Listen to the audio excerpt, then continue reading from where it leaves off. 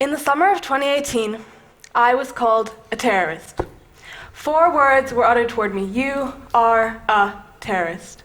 And honestly, as a privileged Israeli girl living in London, those were the last 4 words I ever expected anyone to use to describe me. What crime did I commit to earn such a description? And when I learned it was my Israeli nationality that gave me the offense, rather than any personal action, I felt the hope physically leave my body.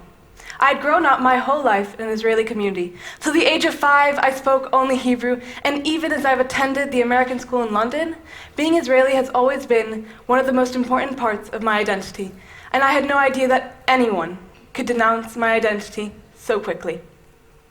My frequent visits to Israel not only taught me about my heritage, but I began to learn of the conflict in my home, from the intifadas to the war in 2014 called Tzuk Eitan, a war between Hamas in Gaza and Israel, where I lived the conflict. The summer spent listening to bomb alarms. I remember driving down the highway with my mom, listening to the radio. 1 minute, and then the next, I found myself on the ground, crouching, hands protectively above my head, watching the Iron Dome collide with the missile. And as I sat there, I witnessed at least 50 other people doing the same. And I wondered, what about the people of the other side? Are they sitting on the asphalt like me? Are they hiding in bomb shelters like me? Are they scared like me? I remember another time, jumping in and out of taxis with my cousin looking for shelter. Her face tears, and honestly, so is mine. That night, I texted a friend.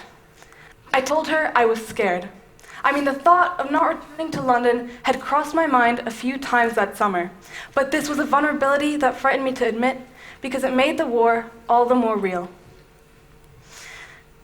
And I was scared. I was.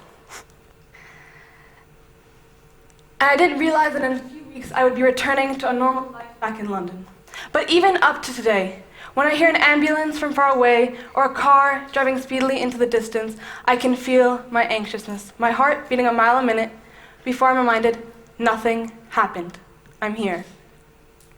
I continue to feed my curiosity about the conflict and my home through books, experience, but I never understood the other side. My view was always sheltered.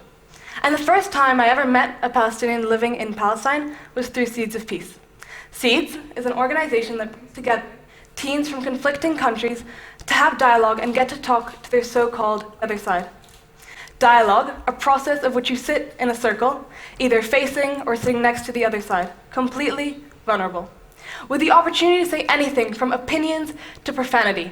I argued for my existence, my nationality, my identity, and the other side. They did the same.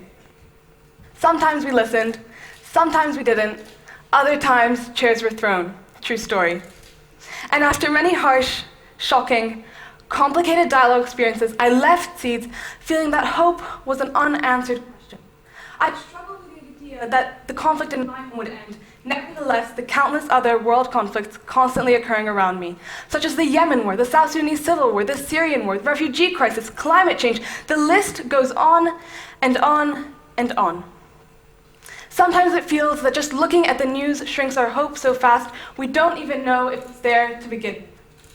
The constant notifications, at times it feels that our generation has become desensitized.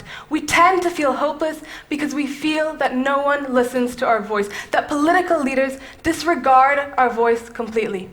But we cannot let our generation live in a time of hopelessness. We have to change this. Because hope is a driving force for change. It provides people with the inspiration and the power that they are capable of making a difference. And the times, they are changing. With activism on the rise, more young people deserve to feel empowered that they make a difference, that your own individuality and your willingness to speak up makes a difference, because you have the power to create a world-changing platform. On my quest for hope, I encountered a story. A cathedral in the ancient or medieval times took decades, maybe even centuries to build. Each brick placed one by one by one. And although the process is tedious and slow, each brick has a role in creating stunning, breathtaking cathedrals. each brick a symbol for hope of a better future. A few months ago, I posted on my Instagram a photo of my first Israeli military draft.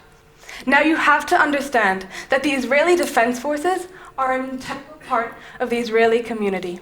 My parents went, my grandparents went, and whether I choose to go or not, this was a statement I felt proud to share because of my background. For a Palestinian, however, the IDF means the people at the checkpoint. It doesn't necessarily mean someone who might believe in both a future for Israel and Palestine, but it means someone in a collective. And a Palestinian friend contacted me soon after. She asked me what it was, and I panicked. I didn't think of the complex implications the conflict had for both of us, rather only of my pride of receiving this letter. I explained to her thoroughly the situation, why I felt proud, and I awaited her response of anger, only to receive a good luck and a smiley face. Now, from being called a terrorist a few months prior by a Palestinian to this, all of a sudden I realized a cathedral was being built, and I wasn't even aware that I'd become a part of cultivating some sort of peace, even if it consisted of the smallest steps. I realized how important the conversations we usually avoid having are, that they are fundamental to creating these bricks of hope. I haven't decided yet if I believe in peace for the Middle East, but what I do know is that I can use my voice. I can use my voice in making progress, in beginning a process. Now, I'm not here today to ask you to find some profound meaning of hope, because truthfully, I haven't, and you shouldn't need to. Because your actions, that is what is going to define hope for the future. How you use your voice and become an advocate for change, that is spreading hope. Thank you.